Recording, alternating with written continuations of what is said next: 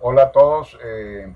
esta es la primera parte del taller de servidumbre correspondiente a la audioclase que se refiere a introducción y generalidades de las mismas. La metodología que se pretende incorporar en esta capacitación es la de la parte teórica y algunas generalidades, llevarlas niveladas y estudiadas y conceptualizadas previamente a la reunión y las clases presenciales que adelantaremos en próximos días, y que se enfocarán principalmente a estudio de casos y talleres de desarrollo de situaciones reales que los participantes quieran eh, presentar como alternativa de capacitación en esos momentos.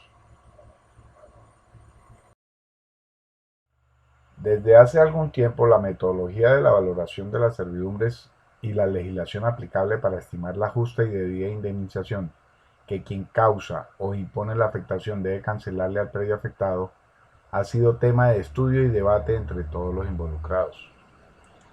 Debido a que las empresas de servicios públicos son, entre otras, las mayores usuarias de la legislación actual,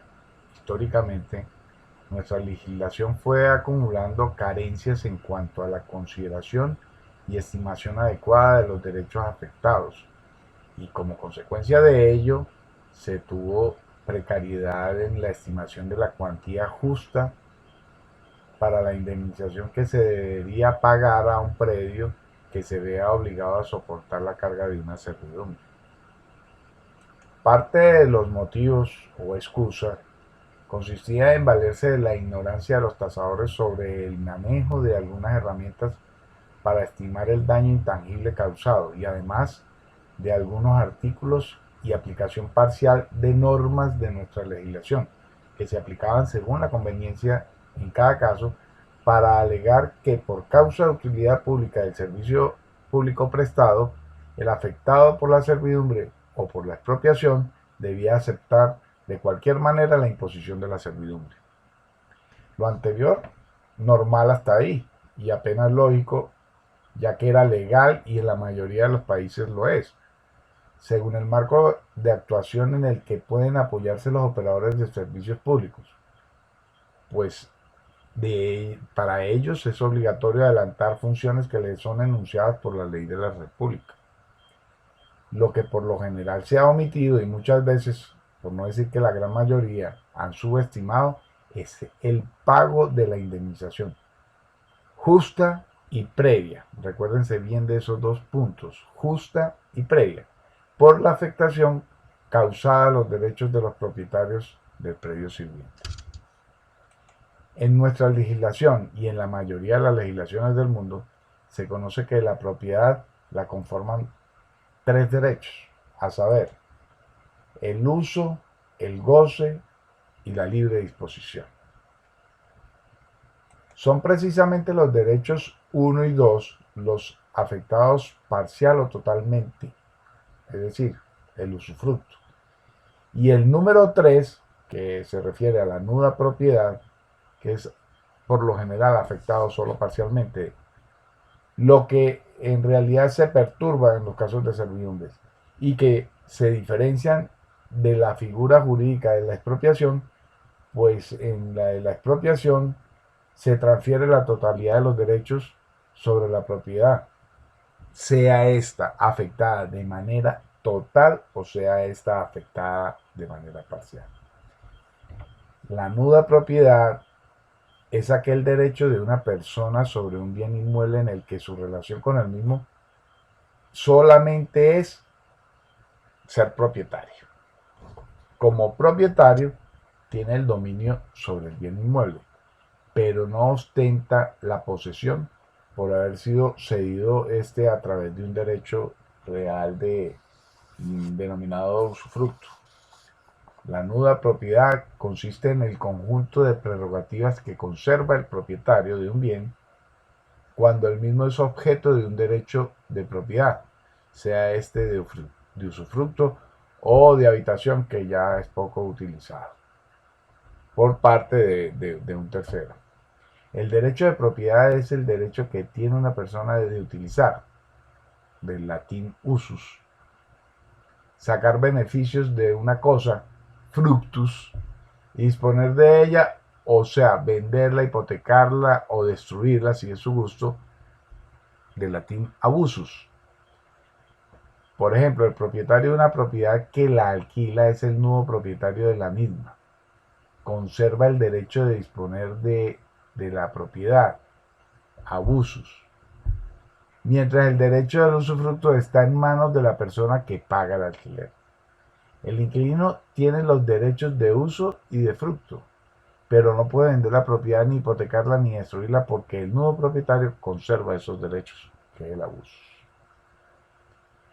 Hace algún tiempo, Henry Capitant definió la nueva propiedad como la expresión doctrinal moderna, desconocida en el Código Civil, con la cual se designa comúnmente al conjunto de atributos del derecho de propiedad que pertenecen al propietario de un bien sobre el cual goza otra persona del derecho de uso o usufructo durante el tiempo que permite este desmembramiento de la propiedad. Las facultades del nuevo propietario son las siguientes. El nuevo propietario es dueño de la propiedad, pero con la importante limitación de que existe un usufructo que pertenece o está cedido a otra persona. Sin embargo, el usufructo no puede ser indefinido y siempre tiene un término, ya sea un término fijo o, en el caso del usufructo vitalicio, hasta la muerte del usufructuario. Es allí donde vemos ese tipo de contrataciones o de documentos que dicen que las personas en vida pues están cediendo sus propiedades, pero con la limitación de disposición sobre el bien hasta la muerte de quien lo usufructe. Es decir, yo le dejo la propiedad a mis hijos eh, en libre disposición, o le cedo la nueva propiedad en vida, pero me reservo el usufructo hasta mi muerte o hasta la muerte de mi esposa. Eso es muy normal encontrarlo en la actualidad en muchos documentos por eliminar varias cositas, entre ellas incluso los impuestos de sucesión. Eh, Estos derechos del nuevo propietario tienen como característica que el propietario tiene el derecho a recuperar la cosa en buen estado a la extinción del usufructo. Puede disponer de la cosa. Si bien el usufructo se mantiene, el nuevo propietario puede vender esa nueva propiedad, o sea, la puede mercadear. Sin embargo, al nuevo comprador, el usufructuario puede seguirla manteniendo si así está en el contrato de usufructo vitalicio. Y otros derechos accesorios, en el caso de bienes específicos como acciones de sociedades anónimas, pueden tener el derecho de ejercer los derechos políticos, es decir, por número de acciones puede votar en una asamblea, pues puede mantener el derecho sobre ellos. Aunque en todo caso eso va a depender de la legislación que aplique para el caso.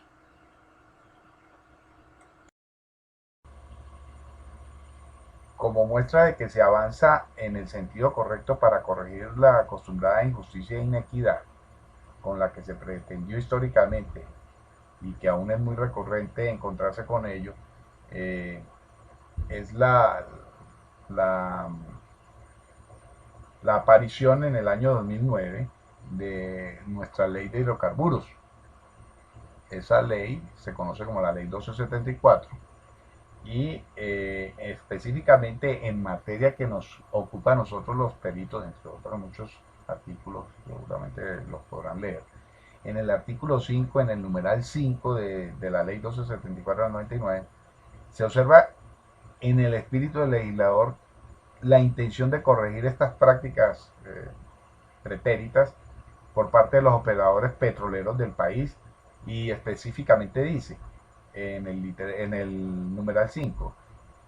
el perito deberá rendir el dictamen pericial dentro del término de 15 días hábiles contados a partir de la posesión. Para los efectos del avalúo, el perito tendrá en cuenta las condiciones objetivas de afectación que se puedan presentar de acuerdo con el impacto que la servidumbre genere sobre el predio, atendiendo la indemnización integral de todos los daños y perjuicios. Eso obviamente sin perjuicio de las reclamaciones posteriores que pueda presentar el propietario, poseedor u ocupante de los predios afectados por daños ocasionados a los mismos durante el ejercicio de las servidumbres. Esto es muy importante que lo analicemos porque incluso durante algunos años este artículo de la ley, en mi caso particular, y utilizando una figura jurídica que se llama la analogía legis, eh, yo lo citaba como válido para otro tipo de servidumbres en materia, por ejemplo, de acueductos o en materia de electroductos, que no tenían nada que ver con la ley de hidrocarburos, pero esa ley, analogía legis permite a quien la acude a ella exponer que un vacío en una ley puede ser sustituido por o lo contenido en otra ley, pero que se tengan el mismo espíritu. Es obvio que si usted quiere alegar, por ejemplo, una afectación por el paso de un acueducto, por el paso de un alcantarillado, por el paso de un electroducto, usted pudiera decir, mire, es que en realidad, por analogía a leyes, el artículo 5, numeral 5 de la ley 274 dice que debe haber una indemnización integral de todos los daños y perjuicios cuando hay una afectación por servicio. Entonces, durante alrededor de 4 años y medio, 4 años y pico, yo utilicé ese artículo hasta que apareció la ley 1682 de infraestructura y en realidad cuando aplico valoraciones apoyado en la legislación por Código Civil. También podemos encontrar jurisprudencia actual que nos permite sustentar nuestras opiniones respecto a la indemnización integral de los daños y perjuicios cuando se hace la valoración de una servidumbre. Caso de esto es la jurisprudencia de la Sala Contencioso Administrativa en la sección primera. Esta sentencia es del 1602 del 2012. La magistrada oponente era María Claudia Rojas Lazo. Y en esencia dice lo siguiente: el propietario no debe asumir a título personal un detrimento en su patrimonio como consecuencia de una expropiación. ¿Por qué cito esto si habla de expropiación? Como les dije, desde la óptica de muchos de nosotros, la servidumbre es una expropiación parcial. Entonces, las legislaciones son aplicables paralelamente en casi todo su contenido. Esa, esa, ese caso, esa sentencia se ocurrió eh, en una querella cuyos autores son el Ministerio de la Defensa Nacional y la Universidad Militar de Nueva Granada en contra del IDU. En realidad textualmente dice: los daños y perjuicios que se originen en el acto de autoridad mediante el cual se decrete la incorporación al dominio público de bienes de propiedad particular para satisfacer con ellos una necesidad de interés general, presupone necesariamente la obligación a cargo del autor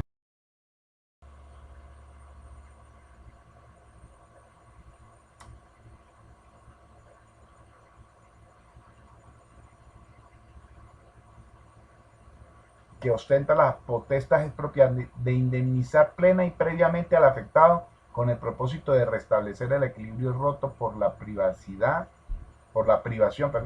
patrimonial a la cual es sometido de manera forzada. En otras palabras, el hecho de que en estos casos el interés general deba prevalecer sobre los intereses privados no significa en modo alguno que por dicha circunstancia queden excluidas las garantías que la Constitución reconoce a favor del propietario, pues no puede pretenderse que éste deba asumir a título personal un detrimento en su patrimonio como consecuencia de la ruptura del principio de igualdad en el reparto de las cargas públicas. Así como existen avances también en la regulación de quienes efectúan los dictámenes periciales para el cálculo de la indemnización debida, mediante la ley promulgada el año pasado, específicamente el 19 de julio de 2013, con el número 1673, que es conocida en la actualidad como la ley del ejercicio de la valoración, y en la que por honor y por orgullo puedo decir que participé en la redacción activamente con otros prestigiosos colegas. Entró en vigencia el 19 de enero del 2014. Ahora quienes emitan dictámenes evaluatorios en el país deben tener cualidades, deben tener una capacitación y unas credenciales que puedan ser certificables, deben tener destrezas muy comprobadas, eh, y además serán responsables ante la ley del contenido de sus dictámenes y el cumplimiento del procedimiento legal y técnico para sustentar los valores estimados en cuanto al derecho que tienen los propietarios de recibir el resarcimiento del daño que se les causa.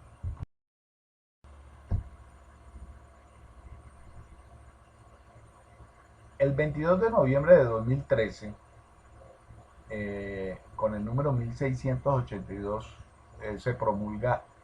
otra ley que es conocida como la Ley de la Infraestructura, y en la que, al igual que en la 1274 del 2009, se impone una vez más la obligación que tienen los peritos de estimar no solo el valor comercial de la afectación, pues ya se reconoce que el particular también sufre daños adicionales a la pérdida patrimonial del inmueble, y en consecuencia el cálculo del resarcimiento que deba recibir el particular no se limita a considerar el valor comercial del bien, sino que debe considerar daños y perjuicios imputables directa o indirectamente a la afectación. Es obvio que por lo anteriormente expuesto, desde los gremios que nos agrupan se deben realizar ingentes esfuerzos para fomentar y motivar la capacitación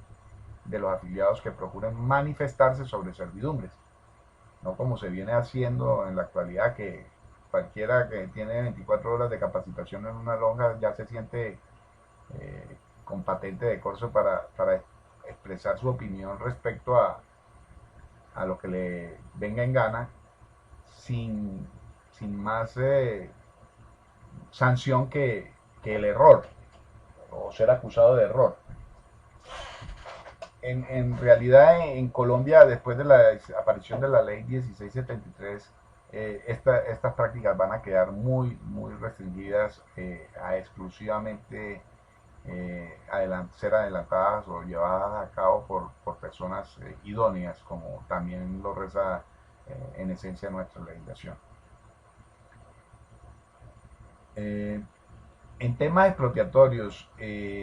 hemos acumulado, y en temas de servidumbre, hemos acumulado parte de la culpa al actuar con mucha arbitrariedad, mucho desdén, mucha irresponsabilidad. Y en el ejercicio de nuestra profesión hemos conducido a muchos propietarios a, a tener un daño patrimonial, o a los jueces incluso a dictaminar eh, fallos que conllevan daño patrimonial para los afectados, en unas causas por subestimación del daño, y en otras cosas a veces a los organismos estatales por la sobreestimación del daño. No vayamos a soñar ni a pensar que con esto que estamos aprendiendo o vamos a aprender, eh, no vamos a fallar, o no vamos a equivocarnos, pues en materia de tasaciones nadie tiene verdades absolutas, y mucho menos existen recetas especiales que puedan conducirnos a dictámenes sin omisiones o sin errores. Lo que sí es cierto es que desde nuestros gremios se debe procurar implementar estas capacitaciones para mitigar de alguna manera o disminuir ostensiblemente la injusticia con la que se venía dictaminando la indemnización de los particulares y efectuando la tarea de la gestión predial en las instituciones del Estado. Bueno, gracias. Les eh, suplico que le den lectura a los textos que les serán remitidos, que investiguen en internet estudio de casos, lean algún caso, traten de ir acopiando las dudas o de ir clasificando los tipos de servidumbre después de que lean los textos. Esta, como te digo, o como les digo, esta es la primera audioclase. Vendrán sucesivas audioclases para tratar de, como les digo, nivelar el conocimiento en esta fase. Hasta pronto.